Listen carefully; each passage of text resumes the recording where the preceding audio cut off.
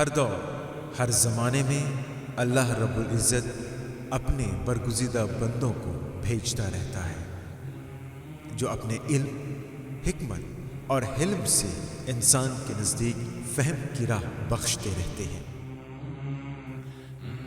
یہ وہ لوگ ہوتے ہیں جو اپنے کردار، افکار سے نہ صرف ایک عہد بلکہ ہر دور کے لوگوں کو متاثر کرتے آئے ہیں۔ انہیں میں ایک برگزیدہ شخص ایسے ہوئے جو امت مصطفیٰ صلی اللہ تعالی علیہ وسلم کے بادشاہ، حجت نبی صلی اللہ تعالی وسلم کی دلیل، سچے عامل، تحقیق کے عالم، سید الانبیاء کے لخت جگر، اولاد علی، وارث نبی اور عارف عاشق، سخیوں کے سخی، استادوں کے استاد، اماموں کے امام، حضرت سیدنا امام جعفر صادق رضی اللہ تعالی عنہ ہیں،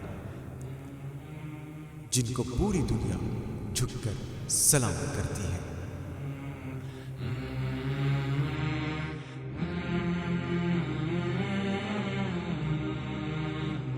امام جعفر صادق فراز اہل یقین، امام جعفر صادق فراز اہل یقین۔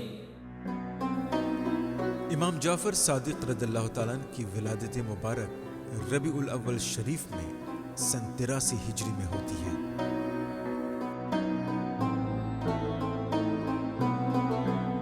آپ کی کنیت ابو عبداللہ اور ابو اسماعیل، جبکہ لقب صادق، فاضل اور طاہر ہے۔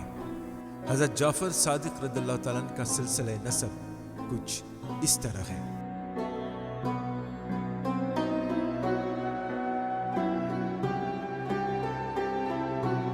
حضرت امام جعفر صادق رضی اللہ تعالیٰ عنہ کے والد کا نام حضرت سیدنا امام باقر رضی اللہ تعالیٰ عنہ، حضرت امام زین العابدین رضی اللہ تعالیٰ عنہ آپ کے دادا جان یعنی حضرت سیدنا امام باقر رضی اللہ تعالیٰ عنہ کے والد، اور حضرت امام زین العابدین رضی اللہ تعالیٰ عنہ کے والد حضرت امام حسین رضی اللہ تعالیٰ عنہ، اور حضرت امام حسین رضی اللہ تعالیٰ عنہ کے والد حضرت امیر المومنین امام علی ابن ابی طالب رضی اللہ تعالیٰ عنہ۔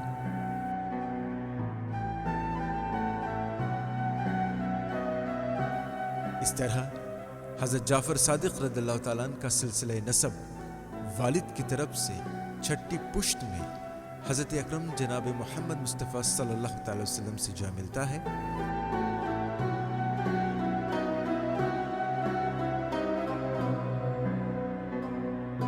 آپ کی والدہ ماجدہ حضرت سیدنا ام فروہ رضی اللہ تعالی عنہا ہیں، اور آپ کی والدہ کی طرف سے سلسلہ نسب یوں ہے: امام جعفر صادق بن ام فروہ بن اسمہ بنت عبد الرحمن بن سیدنا ابو بکر صدیق رضی اللہ تعالیٰ عنہ مجمعین۔ اس طرح والدہ کی طرف سے آپ کا سلسلہ نسب 5ویں پشت میں جا کر سیدنا حضرت ابو بکر صدیق رضی اللہ تعالیٰ عنہ سے جا ملتا ہے۔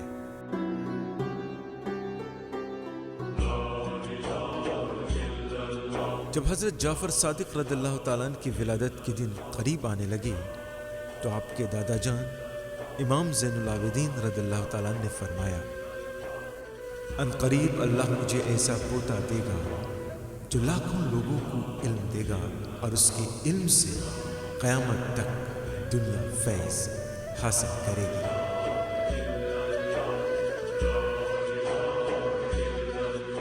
دادا جان نے پوتے کا نام جعفر رکھا، ایک ایسا دریا، ایک ایسی ندی جو سب کو سیراب کرتی ہو۔ حضرت جعفر صادق رضی اللہ تعالیٰ عنہ نے اپنی ابتدائی تعلیم گھر ہی پر اپنے والد ماجد حضرت سیدنا امام باقر رضی اللہ تعالیٰ عنہ اور دادا سیدنا امام زین العابدین رضی اللہ تعالیٰ عنہ سے حاصل کی، جن کا خاندان اتنا اعلیٰ و عرفہ، جن کا نسب اتنا بلند و بالا، ان کی تعلیم کا کیا ٹھکانہ۔ ظاہر سی بات ہے جن کا خاندان اتنا اعلیٰ و عرفہ ہو، جن کا نسب، جن کا خاندان دنیا کے تمام خاندانوں سے عرفہ و اعلیٰ ہو، ان کی تعلیم اور تربیت کس قدر اعلیٰ ہوئی ہوگی۔ ہم اسی کو اب بیان کریں گے۔ امام جعفر صادق رضی اللہ تعالیٰ عنہ آپ بیک وقت علوم شریعت اور طریقت کے بحر ذخار تھے۔ آپ کی جو تصنیف ہے کتاب علم جعفر کے اوپر، کتاب جعفر، یہ آپ ہی کی لکھی ہوئی ہے۔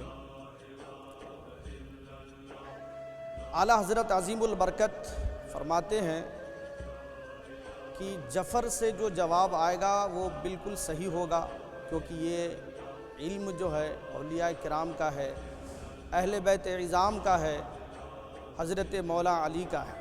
اس سے پتہ چلتا ہے کہ علم جعفر کا جو بانی ہے وہ مولا علی مشکل کشا رضی اللہ تعالیٰ عنہ ہے، لیکن اسے مزید اضافہ کرنا، اس کو سنوار کر کتابی شکل دینا، یہ حضرت امام جعفر صادق رضی اللہ تعالیٰ عنہ کا کارنامہ ہے۔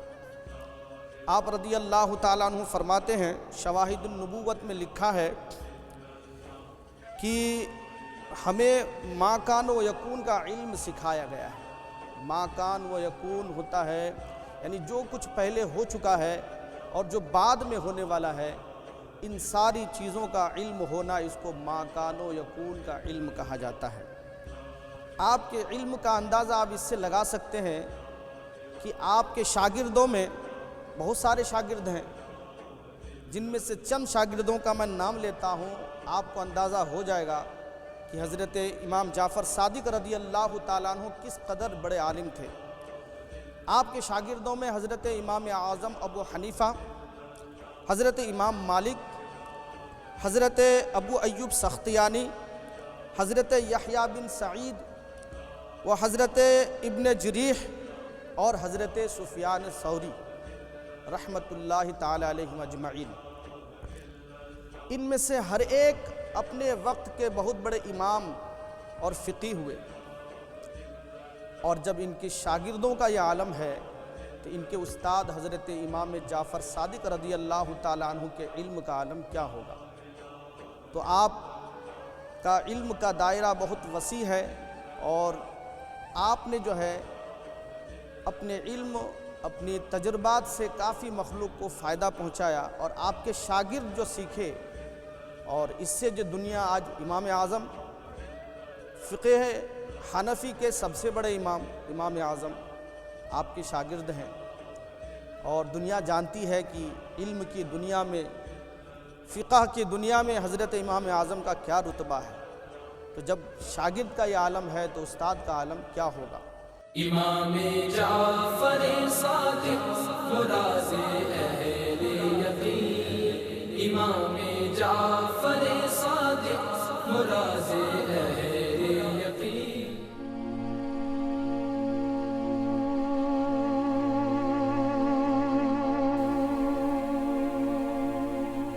حضرت امام جعفر صادق رضی اللہ تعالیٰ عنہ کی عمر مبارک ابھی 13 یا 15 سال تک ہی پہنچی تھی کہ آپ کے دادا حضرت زین العابدین رضی اللہ تعالیٰ عنہ اس دنیا فانی سے کوچ کر گئے۔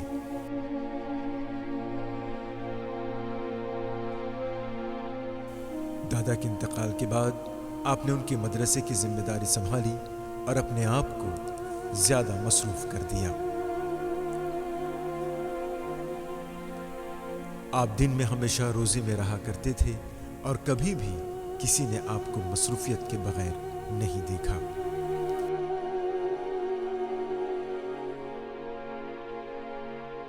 امام جعفر رضی اللہ تعالیٰ عنہ یا تو درس دیتے یا لکھتے، پڑھاتے تھے یا خطبہ دیتے تھے۔ جب تمام شاگرد مسجد نبوی سے علم حاصل کر کے چلے جاتے تو حضرت امام جعفر صادق رضی اللہ تعالیٰ عنہ ساری رات اللہ کی عبادت میں مصروف ہو جاتے۔ اسی دور میں آپ کے والد حضرت امام باقر رضی اللہ تعالیٰ عنہ مسجد نبوی شریف میں ایک مدرسے کی بنیاد رکھ چکے تھے۔ 31 سال کی عمر میں جب آپ کے ابا حضور اس دنیا فانی سے کوچ کر گئے تو مدرسے کی پوری ذمہ داری آپ پر آ گئی۔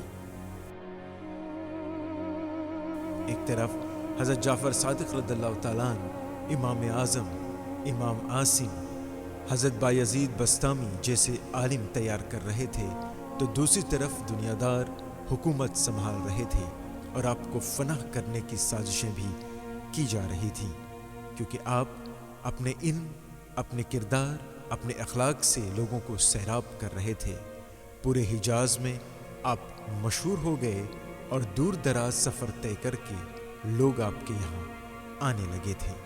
امام جعفر صادق رضی اللہ تعالیٰ عنہ کی سخاوت، آپ کی انکساری کا کوئی جواب نہ تھا۔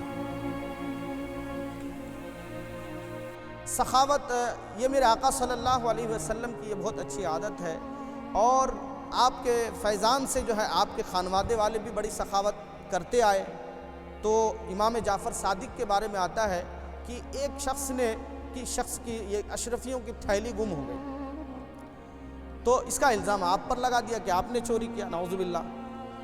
تو آپ کو شرمندگی تو ہوئی، لیکن آپ نے کچھ کہا نہیں۔ کہا کہ کتنے اشرفیاں تھیں اس میں؟ کہا کہ 1000۔ آپ گھر گئے اور 1000 اشرفیاں اسے گن کر دے دی، لے کر چلا گیا۔ بعد میں اس کی گمی ہوئی تھیلی مل گئی، تو وہ اشرفیاں واپس کرنے کے لیے آپ نے فرمایا نہیں، ہم اہل بیت اطہار ہیں، ہم جو ہے دی ہوئی چیز کو واپس لینا ایسا ہی سمجھتے ہیں جیسا کہ کتا کسی چیز کو کھا لے اور اس کو پھر دوبارہ نگلے۔ ہم اس کے واپس نہیں لیں گے، وہ تمہیں دے دیا لے کر جاؤ۔ اور جب اسے پتہ چلا کہ یہ امام جعفر صادق ہیں، اہل بیت عظام میں سے ہیں، امام وقت ہیں، تو اس کو بڑی شرمندگی ہوئی، لیکن آپ نے ان اشرفیوں کو واپس نہیں لیا۔ امام جعفر صادق فراز اہل یقین، امام جعفر صادق فراز اہل یقین۔ اتفاق کا واقعہ ہے کہ آپ کے غلام جتنے لوگ تھے، خادم غلام، وہ آپ کے سامنے بیٹھے تھے۔ آپ نے ان سے فرمایا کہ آؤ چلو ہم سب ایک دوسرے سے بیعت لیں، وعدہ لیں، عہد لیں اس بات کا کہ قیامت کے روز ہم میں سے کوئی بھی جو نجات پا جائے گا وہ ہم میں سے دوسروں کی شفاعت کرے گا۔ غلاموں میں سے کسی نے کہا یا سیدی، آپ کو ہم جیسوں کی شفاعت کی کیا ضرورت ہے؟ آپ کے جد امجد آقا صلی اللہ علیہ وسلم خود شفیع محشر ہیں، شفیع المذنبین ہیں۔ تو آپ نے فرمایا کہ میرے اعمال اس قابل نہیں ہیں کہ میں ان اعمال کو لے کر اپنے جد امجد آقا صلی اللہ علیہ وسلم کا سامنا کر سکوں۔ مجھے شرمندگی محسوس ہوتی ہے، اس وجہ سے میں چاہتا ہوں کہ میں اپنے ان اعمال کو لے کر حضور کے سامنے پیش نہ کیا جاؤں، تاکہ میں شرمندگی سے بچ جاؤں۔ ذرا غور کریں، کیا کوئی کہہ سکتا ہے نعوذ باللہ کہ امام جعفر صادق کے اعمال بد تھے؟ نعوذ باللہ کہ آپ فاسق و فاجر تھے؟ کیا ایسا کبھی ہوا کہ آپ نے نمازیں چھوڑ دی ہو؟ آپ نے کبھی مسلمانوں کی بدگوئی، غیبت و چغلی کی ہو، سود کھایا ہو، حرام کاری کی ہو؟ نہیں، ان سارے حرام ناجائز کاموں سے آپ بچے رہے۔ زندگی آپ کی تو ایسی رہی کہ آپ کی پیروی کر لے اگر کوئی سچے طریقے سے، اگر آپ کا جو ہے نقش قدم اگر وہ جو ہے چل جائے آپ کے نقش قدم پر، تو اس کے جو ہے بیڑے پار ہو جائے گا، وہ جنتی ہو جائے گا۔ لیکن عاجزی و انکساری کا عالم یہ ہے کہ آپ غلاموں سے اپنی شفاعت کے بارے میں فرماتے ہیں، تو ہمیں بھی اس عادت کو اپنانی چاہیے۔ حضور کا فرمان ہے، جس نے عاجزی و انکساری اپنائی، دوسروں کے لیے اپنے آپ کو کمتر جانا، اللہ تبارک و تعالیٰ اس کی عزت کو بڑھا دیتا ہے۔ ایسا نہیں ہے کہ غرور اور گھمنڈ کریں گے، اپنے آپ کو دوسروں سے بڑا سمجھیں گے، تو اس سے آپ کی عزت بڑھنے والی نہیں ہے، بلکہ دوسرے لوگوں کی نگاہ میں آپ گر جائیں گے۔ امام جعفر صادق فراز اہل یقین، امام جعفر صادق فراز اہل یقین۔ ایک دفعہ خلیفہ منصور جو ہے کے ساتھ آپ بیٹھے تھے، ایک مکھی بار بار اڑ کر خلیفہ کے چہرے پر جو ہے آ کر بیٹھ جاتی تھی، وہ اس کو اڑاتا تھا، پھر آ کر بیٹھ جاتی تھی، پریشان ہو گیا، اور حضرت امام جعفر صادق رضی اللہ تعالیٰ عنہ سے پوچھا کہ یہ جو مکھی ہے اللہ تعالیٰ نے کیوں پیدا کیا؟ تو آپ نے فرمایا کہ تم جیسے غرور اور گھمنڈی لوگوں کا غرور توڑنے کے لیے ان مکھیوں کو اللہ نے پیدا فرمایا۔ مجھے ایک بات یاد آتی ہے کہ کہ کچھ دن پہلے ایک خبر آئی تھی کہ کسی ملک کا بہت بڑا جو صدر ہوتا ہے، پریزیڈنٹ ہوتا ہے، اس کے ساتھ بھی یہ واقعہ ہوا۔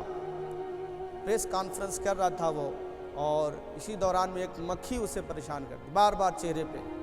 تو خبر کا ہیڈنگ کچھ یوں تھا کہ اتنے بڑے ملک کے پریزیڈنٹ کو ایک مکھی نے پریشان کر دیا۔ تو امام جعفر صادق کی بات یاد آتی ہے کہ واقعی میں ایسے غرور اور گھمنڈی لوگوں کا غرور توڑنے کے لیے اللہ تبارک و تعالیٰ نے ان چھوٹے اور حقیر جانوروں کو پیدا فرمایا۔ آپ نے سنا ہوگا کہ نمرود جیسے بادشاہ کو جس کو اپنے بادشاہ بڑا غرور گھمنڈ تھا، اپنے آپ کو خدائی کا دعویٰ کرتا تھا، لوگوں کو اپنے پاس سجدہ کرواتا تھا، جانتے ہیں اس کی موت ایک مچھر کے ذریعے سے ہوئی۔ وہ بھی وہ مچھر کانا اور لنگڑا تھا۔ ایک تو مچھر چھوٹا ہی ہے، حقیر ہی ہے، اس پر بھی وہ کانا لنگڑا تھا۔ اس کے ناک کے ذریعے سے دماغ میں گھسا اور اس دماغ میں جا کر وہ ڈنک مارتا تھا، وہ درد سے تل ملاتا تھا اور لوگوں سے کہتا تھا اس میں جوتے مارو۔ اور حضرات یوں مکھی جب تک جو ہے ڈنک مارتی تھی، اور جب یہ جوتے لگاتے تھے تو ڈنک مارنا چھوڑ دیتی تھی، اور پھر جو ہے بعد میں جو ہے یہ جوتے کھا کر نمرود مر گیا۔ کتنی ذلت کی موت مرا، ایک لنگڑا اور کانا مچھر کے ذریعے سے۔ تو یہ اس میں ہم سب کے لیے بڑی عبرت ہے۔ غرور اور گھمنڈ نہ کیا جائے کبھی، یہ اللہ تبارک و تعالیٰ کو پسند نہیں ہے۔ امام جعفر صادق فراز اہل یقین، امام جعفر صادق فراز اہل یقین۔ بلا شبہ امام جعفر صادق رضی اللہ تعالیٰ عنہ کوئی عام انسان نہیں۔ آپ اس نبی کے آل میں سے ہیں کہ جس نبی کے لیے اللہ تعالیٰ نے یہ کائنات پیدا کیا، اور اس اہل بیت میں سے ہیں کہ جس کے بارے میں نبی معظم حضرت محمد مصطفیٰ صلی اللہ تعالی وسلم نے فرمایا، میرے اہل بیت کی مثال نوح علیہ السلام کی کشتی کی طرح ہے، اور جو اس پر سوار ہو گیا تو اسے ساحل ملے گا، اور جو اس سے الگ ہو گیا تو وہ ڈوب جائے گا۔ امام جعفر صادق فراز اہل یقین، امام جعفر صادق فراز اہل یقین۔ امام جعفر صادق رضی اللہ تعالیٰ عنہ ہزاروں علوم پر عبور رکھتے تھے۔ آپ سے پہلے علم طب یعنی میڈیکل سائنس پڑھنے کا رواج نہیں تھا۔ لوگ یہ سمجھتے تھے کہ بیمار لوگوں کو دیکھنا بھی یہ کام ہے، لیکن آل نبی نے انہیں بتایا کہ لوگوں کا علاج کرنا ایک عظیم عبادت ہے، اور اس طرح لوگ میڈیکل سائنس پڑھنے لگے اور ڈاکٹر بننے لگے۔ امام جعفر صادق رضی اللہ تعالیٰ عنہ وہ پہلے شخص تھے جنہوں نے یہ بات واضح کیا کہ جتنی چیزیں مٹی میں ہوتی ہیں اتنی ہی چیزیں انسانی جسم میں ہوتی ہیں۔ آپ نے یہ بتایا کہ انسانی جسم کے بیمار ہونے کے 4 اسباب ہیں۔ نمبر 1، انسان کے وجود میں عناصر زیادہ اور کم ہونے سے۔ نمبر 2، غلط غذا کھانے سے۔ نمبر 3، ہوا کے ذریعے جراثیم کے انسانی جسم میں داخل ہونے سے۔ اور نمبر 4، بیمار جسم سے بعض مرتبہ نکلنے والی شعاعوں سے۔ امام جعفر صادق کی باتوں پر یقین نہیں کیا گیا، مگر وقت کے ساتھ جب فرانس، امریکہ، آسٹریلیا جیسے ممالک میں بڑی بڑی لیبارٹریز میں تحقیق ہوئی اور جب یہ باتیں سامنے آئیں تو ڈاکٹر دنگ رہ گئے کہ آج سے 1400 سال پہلے ہی کس طرح امام جعفر صادق رضی اللہ تعالیٰ عنہ دنیا کو بتا گئے کہ 20 عناصر کے اتار چڑھاؤ سے بیماریاں جنم لیتی ہیں۔ فزکس، کیمسٹری، جیولوجی، اسٹرولوجی، تھیولوجی، فلسفی، امام جعفر صادق رضی اللہ تعالیٰ عنہ نے اس وقت اپنے شاگردوں کو ایسے مضامین پڑھائے جن کے نام تک سے وابستگی نہیں تھی۔ شاید یہی وجہ ہے کہ امام اعظم ابو حنیفہ رضی اللہ تعالیٰ عنہ سے کسی نے جب آپ کی عمر کے بارے میں سوال کیا تو جواب یوں آیا۔ کسی نے پوچھا امام اعظم سے کہ حضرت آپ کی عمر کتنی ہوئی؟ تو آپ نے فرمایا 2 سال۔ سوال کرنے والے کو بڑا تعجب ہوا، تو اس کے تعجب کو دور کرتے ہوئے آپ نے ارشاد فرمایا کہ برخوردار، یوں تو ہماری عمر جو ہے 55 سال ہے، 55 ایئرس ہے، لیکن 2 سال جو ہم نے امام جعفر صادق رضی اللہ تعالیٰ عنہ کی خدمت میں گزارا ہے، وہی 2 سال صرف میں اپنی عمر کو شمار کرتا ہوں، باقی جو سال گزرے ہیں وہ یوں ہی اس کو بیکار میں شامل کرتا ہوں، اس کو گنتی میں نہیں لاتا۔ اب ذرا غور کریں کہ خود امام اعظم ابو حنیفہ کی زندگی شریعت و سنت کے سانچے میں ڈھل کر گزاری انہوں نے، اور علم حاصل کیا، علم کو پھیلایا، پڑھایا، عبادت و ریاضت بھی کی، نوافل کی کثرت بھی کیا، قرآن پاک کی تلاوت کی۔ اتنا سب کچھ ہونے کے باوجود آپ فرماتے ہیں کہ وہ صرف 2 سال کو جو میں نے امام جعفر صادق رضی اللہ تعالیٰ عنہ کی صحبت میں گزاری ہے، اسی کو میں قابل ذکر سمجھتا ہوں، باقی کو قابل ذکر نہیں سمجھتا ہوں۔ عاجزی و انکساری کا عالم دیکھیے۔ ایک ہم ہیں کہ اگر کچھ عمل کر لیا، کچھ صدقہ و خیرات کر دی، حج عمرے کر لیے، تو ہم لوگوں کو کہتے نہیں تھکتے، یہ ہمارا حال ہے، اور ہم اپنے آپ کو بہت بڑا سمجھتے ہیں، لیکن حضرت امام اعظم کہتے ہیں کہ وہی 2 سال میری قابل ذکر عمر ہے، باقی کو میں کسی شمار میں نہیں لاتا۔ اس سے یہ بھی ظاہر ہوتا ہے کہ اولیاء کرام کی صحبت با اثر جو ہے وہ کس قدر کمال دکھاتی ہے، اور ان کی صحبت میں رہنا، ان کی باتوں کو سننا، اس سے فائدہ اٹھانا ہم سب کے لیے کتنا فائدہ مند ہوتا ہے۔ امام جعفر صادق رضی اللہ تعالیٰ عنہ کی بے شمار تعلیمات ہیں، چند ملاحظہ کیجئے۔ امام جعفر صادق رضی اللہ تعالیٰ عنہ ایک بار حضرت سفیان ثوری رحمۃ اللہ علیہ سے فرماتے ہیں کہ اے سفیان، اگر اللہ تبارک و تعالیٰ تم کو کوئی نعمت دے اور اس نعمت کو تم دیر تک باقی رکھنا چاہتے ہو، تو اس کے لیے تم جو ہے اکثر اوقات حمد و شکر میں گزارو، کیونکہ اللہ تبارک و تعالیٰ فرماتا ہے قرآن مجید میں کہ تم اگر میرا شکر کرو گے تو میں تمہیں اور زیادہ دوں گا۔ پتہ یہ چلا کوئی نعمت اگر ملے تو اس کو دیر تک اگر ہم چاہتے ہیں باقی رہے، اسے ہم استعمال کرتے رہیں، تو اس کے لیے ہمیں زیادہ سے زیادہ اللہ تبارک و تعالیٰ کا حمد اور شکر بجا لانا چاہیے۔ حضرت امام جعفر، حضرت امام جعفر، حضرت امام جعفر، حضرت امام جعفر۔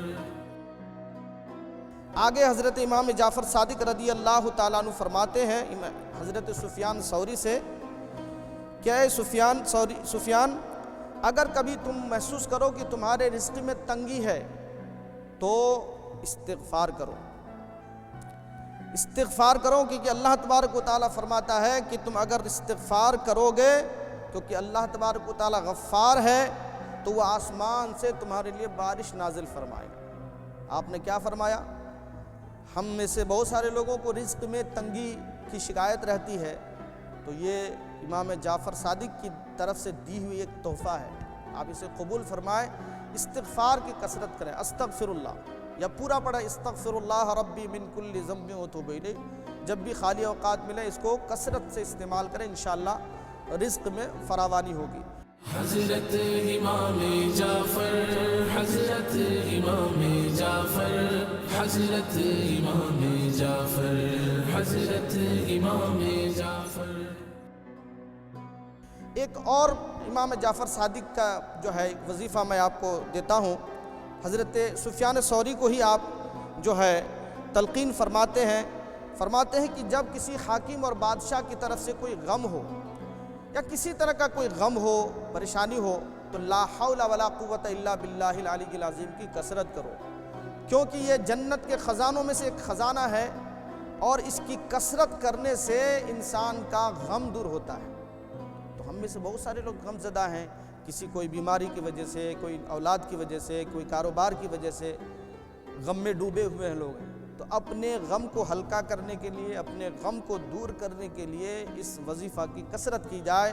لا حول ولا قوت الا باللہ العلی العظیم۔ حضرت امام جعفر، حضرت امام جعفر، حضرت امام جعفر، حضرت امام جعفر۔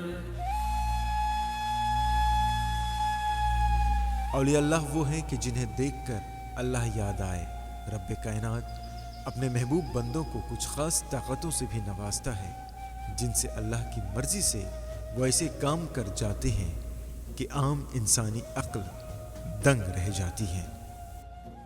اسی طرح سے مکہ کی وادیوں میں آپ کہیں جا رہے تھے، سڑک کنارے پہ آپ کو جو ہے ایک مری ہوئی گائے ملی، جس کے پاس ایک عورت اپنے بچوں کو لے کر رو رہی تھی۔ آپ اس کے پاس گئے، کہا کیوں روتی ہو؟ وہ بولی کہ یہ گائے ہماری ہے جو مر گئی ہے، اسی کے ذریعے سے ہم اپنا گزر بسر کرتے تھے، دودھ نکالتے، بیچتے، خود استعمال کرتے، اب یہ مر گئی ہے، ہمارے لیے دوہری مصیبت ہے۔ میں ایک بیوہ عورت ہوں، آپ کو بڑا ترس آیا اس کے اوپر، اور آپ نے فرمایا کیا تم چاہتی ہو کہ تمہاری گائے زندہ ہو جائے؟ وہ بولی آپ مجھ سے مذاق کر رہے ہیں، پہلے ہی ہم مصیبت میں ہیں اور آپ مذاق کر رہے ہیں۔ کہا میں مذاق نہیں کرتا، آپ بیٹھے، کچھ آپ نے پڑھا اور پڑھتے ہوئے اس گائے کے اوپر ہاتھ پھیرا، وہ زندہ ہو گئی۔ یہ حیرت سے گائے کو دیکھ ہی رہی تھی کہ آپ جو ہے لوگوں میں جا کر مل گئے۔ اس عورت کو پتہ ہی نہیں چلا کہ یہ کون تھے۔ کمال کی بات یہ ہے کہ ہم اور آپ اگر کسی کو کوئی مدد کر دیں یا کوئی ہم سے انسپائر ہو جائے تو ہم چاہتے ہیں کہ وہ جو ہے سامنے والا ہماری تعریف کرے، ہمیں شکریہ ادا کرے، جزاک اللہ کہے، لوگوں سے چرچا کرے، یہ ہماری خواہش ہوتی ہے۔ یہاں بزرگان دین کا معاملہ دیکھیں کہ اتنا بڑا کارنامہ کر دیا، اپنی کرامت سے، اللہ کی عطا سے گائے کو زندہ کر دیا، لیکن آپ یہ ہرگز گوارا نہ کیا کہ یہ عورت مجھے پہچانے اور میرا شکر ادا کرے، اور آپ لوگوں کی بھیڑ میں جا کر شامل ہو گئے۔ تو یہ آپ کی کرامت کا ایک شعبہ تھا، اور ساتھ ہی ساتھ ہمیں یہاں سبق ملتا ہے کہ جو کچھ بھی ہم کام کریں وہ اللہ کی رضا کے لیے کریں۔ یہاں ایک عورت کی جو مدد کرنا تھا وہ مدد ہو گئی، لیکن عورت تعریف کرے، شکریہ ادا کرے، اس کے لیے آپ نے گوارا نہیں کیا۔ رب تبارک و تعالیٰ راضی ہو جائے، اس کا انعام اسی سے لیا جائے، اسی لیے ہمیں بھی اس طرح کے اعمال کرنے چاہیے۔ حضرت امام جعفر، حضرت امام جعفر، حضرت امام جعفر، حضرت امام جعفر۔ ایک شبہ کا ازالہ میں کر دینا چاہتا ہوں۔ بعض لوگ سوچ سکتے ہیں کہ ایک بندہ کیسے کسی چیز کو زندہ یا مردہ کر سکتا ہے، جبکہ زندہ کرنا تو یہ اللہ تعالیٰ کی صفت ہے، اللہ تعالیٰ ہی زندہ کرتا ہے۔ بے شک اللہ تبارک و تعالیٰ ہی زندہ کرتا ہے، مارتا جلاتا ہے، لیکن یاد رکھیں کہ یہ مارنے جلانے کا جو سلسلہ ہے یہ فرشتوں کے ذریعے سے ہی لیا جاتا ہے کام۔ فرشتوں کو طاقت، پاور کس نے دی ہے؟ اللہ نے دی ہے۔ تو جب فرشتے روح نکالتے ہیں، کسی کو مارتے ہیں، یا پھر قبر میں ان کے اوپر روح ڈالتے ہیں، زندہ کرتے ہیں، یہ اللہ کی عطا سے، اللہ کی دی ہوئی طاقت سے ایسا کرتے ہیں، اور ہم کہتے ہیں کہ اللہ نے اسے مارا، اللہ نے اسے زندہ کیا۔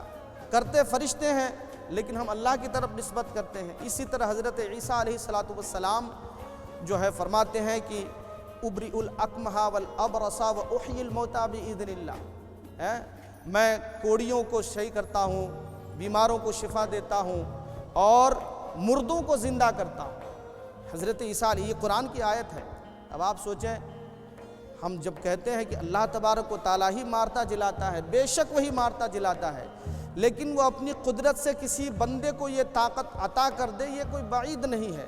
تو نبیوں سے اس طرح کے کام اگر ہو تو یہ معجزہ کہلاتا ہے، اور اگر کسی ولی سے اس طرح کا کام ہو تو اس کو کرامت کہتے ہیں، اور اس میں کوئی شرک اور کفر کی کوئی بات نہیں ہے، کیونکہ ہم مارنے جلانے والے کو خدا نہیں سمجھتے ہیں، ہم یہی سمجھتے ہیں کہ اللہ نے ان کو یہ پاور دی ہے، یہ طاقت دی ہے، تو یہ کام کرتے ہیں۔ غوث پاک کے تعلق سے اس طرح کے بہت سارے واقعات ہیں، تو یہ ایک کرامت کا شعبہ ہے، اس میں کوئی شرک اور کفر کی بات نہیں ہے۔ اب ہم انشاءاللہ حضرت امام جعفر صادق رضی اللہ تعالیٰ عنہ کی کچھ اچھی عادتوں کے بارے میں ذکر کریں گے، جس سے ہمیں بھی بہت بڑا فائدہ ہوگا اگر ہم اسے اپنی زندگی میں اتارنے کی کوشش کریں۔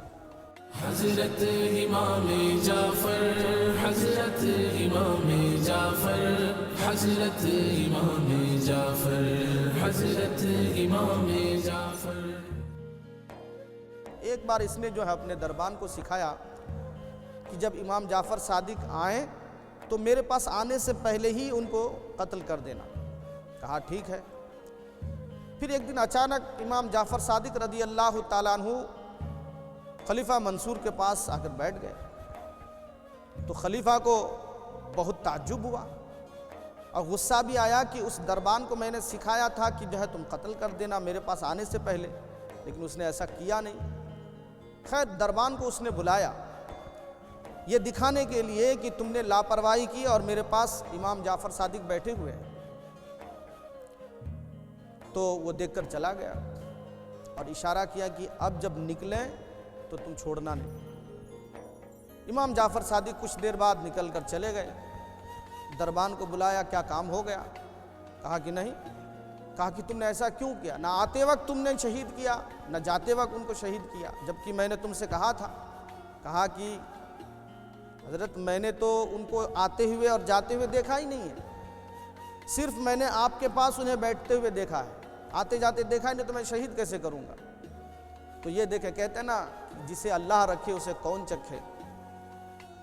وہ جب ہجرت کی رات آقا صلی اللہ علیہ وسلم حضرت امام جعفر صادق کے جد امجد آپ جب اپنے کاشانہ نبوت سے نکلے، حالانکہ ننگی تلواریں لے کر لوگ کھڑے تھے آپ کو شہید کرنے کے لیے، لیکن آپ نے خاک لی، مٹی لی اور اس میں سورہ یاسین پڑھی اور دم کیا، ان کے سروں میں مٹی ڈالتے ہوئے گزر گئے، دکھائی نہیں دیا۔ اور یہاں آپ کے نواسے کی یہ کمال دیکھیے کہ خلیفہ کی نیت گڑبڑ تھی اور اس کی وجہ سے آپ کو شہید کرنا چاہتا تھا، لیکن آپ کو وہ دکھائی نہیں دیا۔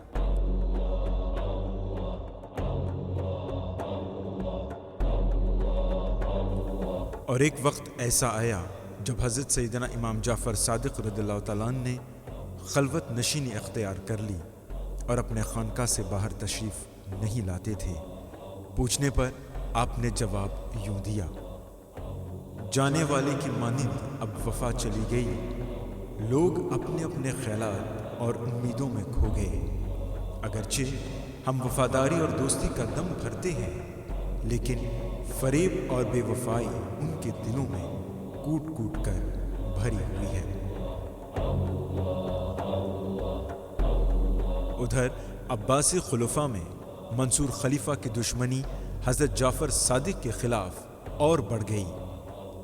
وہ اس بات کو لے کر ناراض ہوتا کہ بادشاہ ہم ہیں، حکومت ہماری، اور لوگ ان پھٹے پرانے کپڑے پہننے والوں کے پاس جا رہے ہیں، انہیں عزت دے رہے ہیں۔ مورخین لکھتے ہیں کہ ایک وقت آیا جب امام جعفر صادق رضی اللہ تعالیٰ عنہ کے مدرسے پر پابندی لگا دی گئی اور ان کے ساتھ اٹھنے بیٹھنے والوں پر ظلم اٹھائے جانے لگے۔ حالات کے مد نظر لوگ حجاز چھوڑنے لگے۔ کہتے ہیں کہ امام جعفر صادق رضی اللہ تعالیٰ عنہ کے خلاف سختیاں جب کام نہ آئیں تو انہیں زہر دے کر شہید کر دیا گیا۔ 65 سال کی عمر میں رجب المرجب میں آپ اس دنیا فانی سے کوچ کر گئے۔ انا للہ و انا الیہ راجعون۔ آپ کو جنت البقیع میں سپرد خاک کیا گیا، اور اس طرح انسانوں نے اپنے ہاتھوں علم کا یہ دروازہ اپنے لیے ہمیشہ کے لیے بند کر دیا۔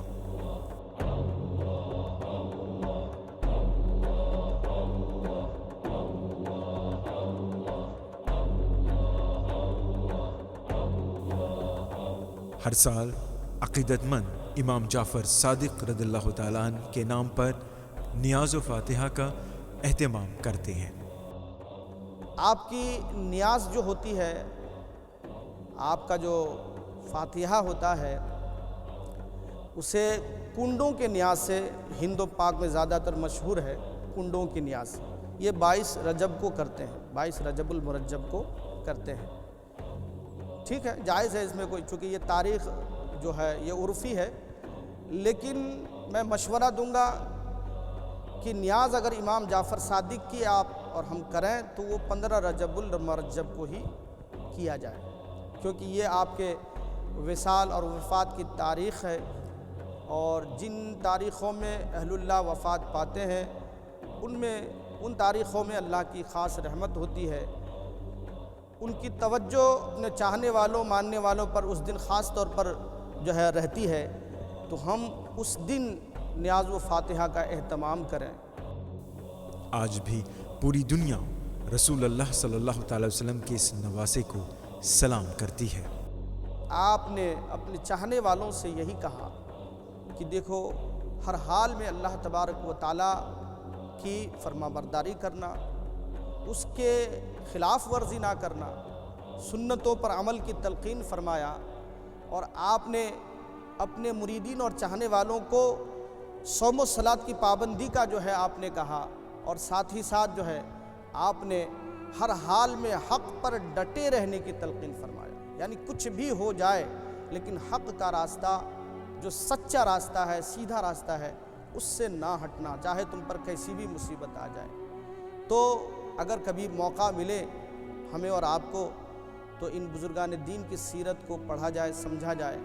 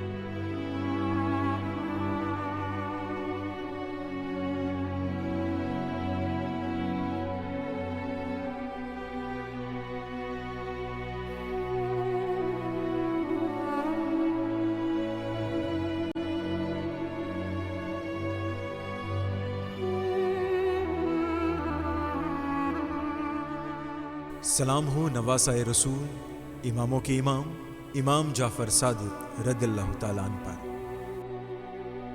صدق صادق کا تصدق صادق الاسلام کر، بے غضب راضی ہو قاضی اور رضا کے واسطے۔